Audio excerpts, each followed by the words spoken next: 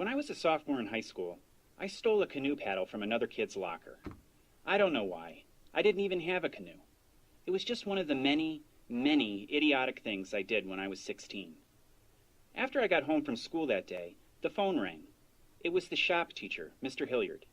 He told me I had a paddle that belonged to one of his students. He said he'd be at my house in 20 minutes. He didn't ask for directions. I met Mr. Hilliard in the driveway and handed over the paddle. Before he could ask me about why I had it, I admired the canoe that was on top of his truck. He told me that a student in his class had made it.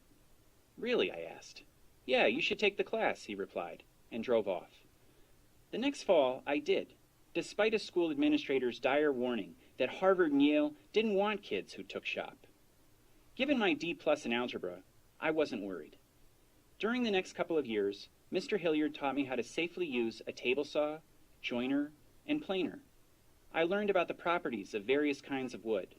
I learned how to make and read plans. I went on a 3-day class trip to the Adirondacks and paddled a cedar strip canoe that I had built. The day after graduating high school, I moved out of Vermont. I lost touch with Mr. Hilliard, who retired due to declining health and shifting pedagogical concerns at the school.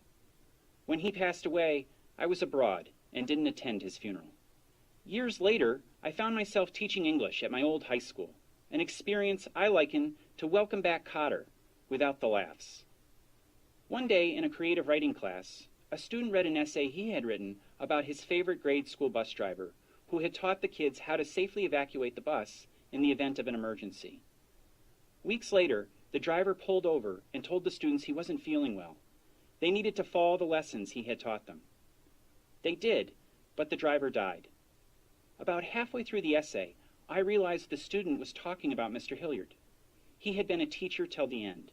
He taught me, and plenty of others, about the connections between the head, the hands, and the heart. That has proven to be important knowledge, but none of it has ever shown up on a standardized test.